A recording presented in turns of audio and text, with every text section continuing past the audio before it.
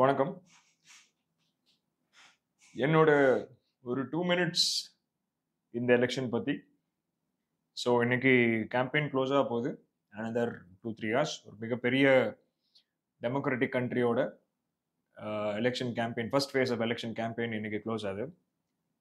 ஆம், நான் இளைஞர்களுக்கு ஒரு 2-3 விஷயம் சொல்லணும்னு ஆசைப்படுறேன். பெரியவங்களுக்கு கண்டிப்பாக கிடையாது, பிகாஸ் உங்களுக்கு என்னோட அதிகமாக தெரியும் அண்ட் என்னோட அதிகமாக அனுபவமும் இருக்கு உங்களுக்கு. பட் இளைஞர்கள் நான் டெய்லி டீல் பண்ணிட்டு இருக்கனால அவங்க கிட்ட நான் ஒரு விஷயம் சொல்லிக்க விரும்புகிறேன். நம்பர் 1,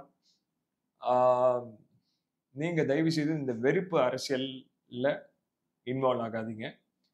இவர் கெட்டவர், இவர் சரியில்லை, இவர் நாட்டையே குட்டிச்சவர் ஆக்கிடுவாரு அப்படின்னு சொல்றதெல்லாம் உண்மை கிடையாது. அந்த இடத்துல நம்ம உட்கார்ந்தோம்னா அப்போதான் தெரியும் எல்லாமே நல்லவங்க தான். நம்மளால 10% ஒர்க் கூட பண்ண முடியாது, யாரா இருந்தாலும் சரி, சிஎம் இருந்தாலும் சரி, பிஎம் இருந்தாலும் சரி. ஸோ வெறுப்பு அரசியல் நமக்கு வேண்டாம். ஸோ எதை வச்சு நம்ம தீர்மானிக்கணும் அப்படின்னா, இப்போ பிரைம் மினிஸ்டர் எலெக்ஷன் நடக்குது. ஸோ யாரு பிரைம் மினிஸ்டரா இருந்தால் நம்ம நாட்டை சரியா வழி நடத்த முடியும்? நாளைக்கு ஒரு உலக போர் வந்தால் இந்தியா அதை தடுக்க முடியுமா? நீங்க காமெடி பண்ணலாம். இப்படிதான் காமெடி பண்ணாங்க. ஒரு பொலிட்டிஷியன் நேற்று பேசி அவரை கலாய்ச்சாங்க. பட் உங்களுக்கு என்ன பிரச்சனைனா, நீங்க நியூஸே பார்க்கறது இல்லை, பேப்பர் படிக்கிறது இல்லை. ஆக்சுவலா ஈரானும் இஸ்ரேலும் இப்போ தீவிரமா இறங்கியிருக்காங்க. இவங்க 2 பேருமே முன்னாடி இஸ்ரேலும் காசாவும் இறங்கினப்போ அதுவே உலக போரா மாறுறதுக்கு சூழ்நிலை வந்தது. பட் ஆனா அப்போ ஈரான் டைரக்டா தலையிடல. இப்போ Iran is a very big country, is another powerful country, and Israel is another super power. இப்போ இவங்க இறங்கும் போது கண்டிப்பாக இந்த சூழ்நிலை எப்படி வேணாலும் மாறலாம். ஆல்ரெடி யுக்ரைன் ரஷ்யா கிரைசிஸ் வேற போயிட்டு இருக்கு. ஸோ இது உலக போரா மாறினா நாளைக்கு இதுல தலையிட்டு இதை நிறுத்தக்கூடிய நாடுகள்ல ஒரு நாடு இந்தியா. நல்லா புரிஞ்சுக்கோங்க. இன்னைக்கு இந்தியர்கள் எங்க இருந்தாலும் சேஃபா இருக்காங்க. அதுக்கு காரணம் நம்ம கிட்ட ஒரு வலிமையான கவர்மெண்ட் இருக்கு, ஒரு வலிமையான தலைவர் இருக்காரு. இப்போ எங்க போர் நடந்தாலும், எங்க எந்த ஒரு அசம்பாவிதம் நடந்தாலும் இந்தியர்கள் இன்னைக்கு சேஃபா நம்ம நாட்டுக்கு வந்து சேர்றாங்க. அண்ட் இப்ப நான் பேசிட்டு இருக்கும்போது ஈரான் சிறைப்பிடிச்ச ஒரு கப்பல்ல 14 இந்தியர்கள் இருக்காங்க. ஆனா அவங்களுக்கு எதுவுமே நடக்காது. அதுதான் நம்ம கவர்மெண்டோட பவர். ஸோ இந்த மாதிரி பாசிட்டிவ்ஸ் இன்னைக்கு இருக்க சூழ்நிலையில எந்த தலைவர் நம்ம நாட்டை கரெக்டான டைரக்ஷன்ல கொண்டு போவாங்க அப்படின்றத மட்டும் யோசிச்சு ஓட்டு போடுங்க. யாரு சரியில்லை, யாரு மோசம், இந்த வெறுப்பு நமக்கு வேண்டாங்க. நிறைய என்ன சொல்றது, அபியூஸ் தான் நெட்ல போயிட்டு இருக்கு. அவரையும் இவரையும் திட்டுறது. உங்களுக்கு என்ன ரைட்ஸ் இருக்கு? எனக்கு என்ன இருக்கு? எனக்கு என்ன அருகதை இருக்கு திட்டுறதுக்கு? நான் அந்த வேலையை செய்ய முடியுமா? ஸோ அதனால நமக்கு திட்டுறதுக்கெல்லாம் அருகதை கிடையாது. நமக்கு யாரு நல்லவங்க, யாரு இந்த இடத்துல இருந்தா நம்ம நாடு கரெக்டான டைரக்ஷன்ல இருக்கும் அப்படின்னு யோசிச்சு ஓட்டு போடுங்க. அண்ட் கோயம்புத்தூரை பொறுத்த வரைக்கும் 3 கேண்டிடேட்ஸுமே இன்னைக்கு ஒரு நல்ல விஷயம் என்னன்னா 4 கேண்டிடேட்ஸை ஹைலைட் பண்றாங்க. அதுல எனக்கு 4 பேரும் ஓரளவுக்கு தெரியும். அதுல அண்ணாமலை பர்சனலாவே தெரியும்.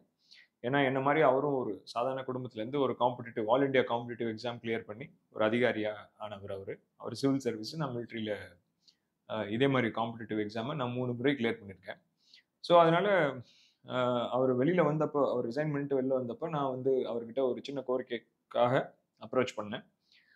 நான் ட்ரெயின் பண்ண ஒரு பொண்ணு மிலிட்ரியில தமிழ்நாட்டிலேருந்து செலக்ட் ஆன ஒரே அதிகாரி, ஒரு சாதாரண குடும்பத்தில் ஒரு ஆம்புலன்ஸ் டிரைவரோட பொண்ணு. அந்த பொண்ணோட டிகிரி எக்ஸாமில் ஒரு நாள் லேட் ஆகிருச்சு கோவிட்னால.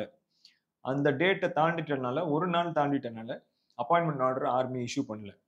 செலக்ட் ஆனதே 20 பொண்ணுங்க தான் இந்தியாவில், தமிழ்நாட்டிலேருந்து ஒன்று தான். அப்போ இந்த சுச்சுவேஷனை கொண்டு போய் நாங்கள் எக்ஸ்பிளைன் பண்ணோம். அப்போ டிஃபென்ஸ் மினிஸ்டர் கிட்ட சொல்லி இது ஏன்னா இது ஒரு மெரிட்டோரியஸ் கேஸ், இதுல எந்த இன்ஃப்ளூயன்ஸும் ரெக்கமெண்டேஷனும் தேவையில்லை. இது ஒரு மெரிட்டோரியஸ் கேஸ். கஷ்டப்பட்டு அந்த பொண்ணு போட்டித் தேர்வில் செலக்ட் ஆன ஒரு பொண்ணு. ஆனா இந்த ஒரு விஷயத்த சொல்லணும், கோவிட்னால நிறைய பேருக்கு டிலே ஆயிருக்கு, அதனால அதுல இந்த பொண்ணு பாதிக்கப்பட்டிருக்கு, அதுவும் ஒரு நாள் தான் அப்படின்ட்டு. அதுக்கு நல்ல ரெஸ்பான்ஸ் கொடுத்தாரு. இந்த ரெஸ்பான்ஸ் கொடுத்ததுக்கு காரணம் என்னன்னா, அவரும் அதே மாதிரி ஒரு கடினமான சூழ்நிலையில ஒரு ஃபர்ஸ்ட் கிராஜுவேட்டாக வெளியில் வந்து ஒரு ஐஏஎஸ் எக்ஸாமை கிளியர் பண்ணால் அவங்களுக்கு தெரியும் அந்த வழி என்னென்னு. ஸோ அது மாதிரி response every half an hour எனக்கு ஒரு அப்டேட்டு, வாய்ஸ் மெசேஜில் எனக்கு வந்து மோடி கவர்மெண்ட் இதை எப்படி கொண்டு போவாங்க, இதை எப்படி எடுப்பாங்க அப்படின்ட்டு கடைசி வரைக்கும் போராடி பார்த்தோம். பட் நாங்கள் அப்ரோச் பண்ண டைம் ரொம்ப லேட்டு. அண்ட் மிலிட்ரியில் ஒரு பிரச்சனை என்னென்னா, இந்த ரூல்ஸை ஸ்ட்ரிக்டாக ஃபாலோ பண்ணுவாங்க. யாருக்கும் அதை மாற்றி அமைக்கிறதுக்கு பவர் கிடையாது. இது வந்து கவர்மெண்ட் நினச்சா மட்டும்தான் முடியும், ஆஃபீஸர்ஸ்னால முடியாது. ஸோ அந்த மாதிரி பார்க்கும்போது எனக்கு ஒரு கம்ஃபர்ட் என்ன கிடைச்சதுன்னா, நம்மளை மாதிரி ஒரு சாதாரண குடும்பத்துலேருந்து கஷ்டப்பட்டு படித்து ஒரு காம்படிட்டிவ் எக்ஸாமை பாஸ் பண்ணி இந்திய லெவலில் ஒரு அதிகாரி ஆயிருக்காரு அப்படின்னா, ஒரு சாதாரண இடத்துலேருந்து வந்திருக்க ஆளுக்கு அந்த வழி தெரியும், படிக்கிற பசங்களோட வழி தெரியும் அப்படின்றது எனக்கு அன்னைக்கு புரிஞ்சுது. அந்த இடத்துல வேற யாரும் இருந்திருந்தா அந்த அளவுக்கு ரெஸ்பான்ஸ் கொடுத்துருக்க மாட்டாங்க. So that is my opinion.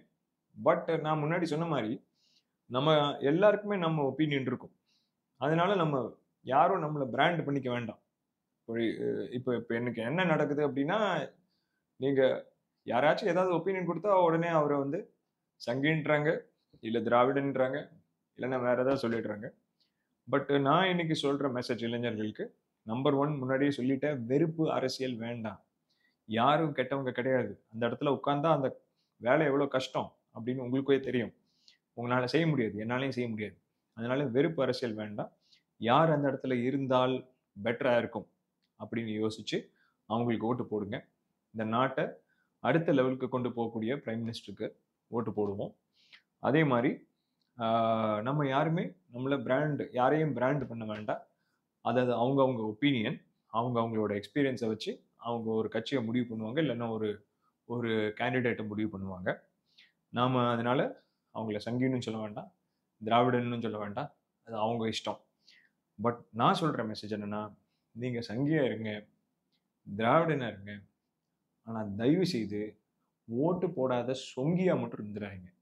வீட்டுக்குள்ளே உட்காந்துட்டு வெளியில் வந்து ஓட்டு போடாமல் இருந்தீங்கன்னா நீங்கள் சங்கியும் கிடையாது, திராவிடனும் கிடையாது, நீங்கள் ஒரு சொங்கி. ஸோ நம்ம சொங்கியாக இருக்க வேண்டாம். Let's come out and vote. Jai Hind all of you.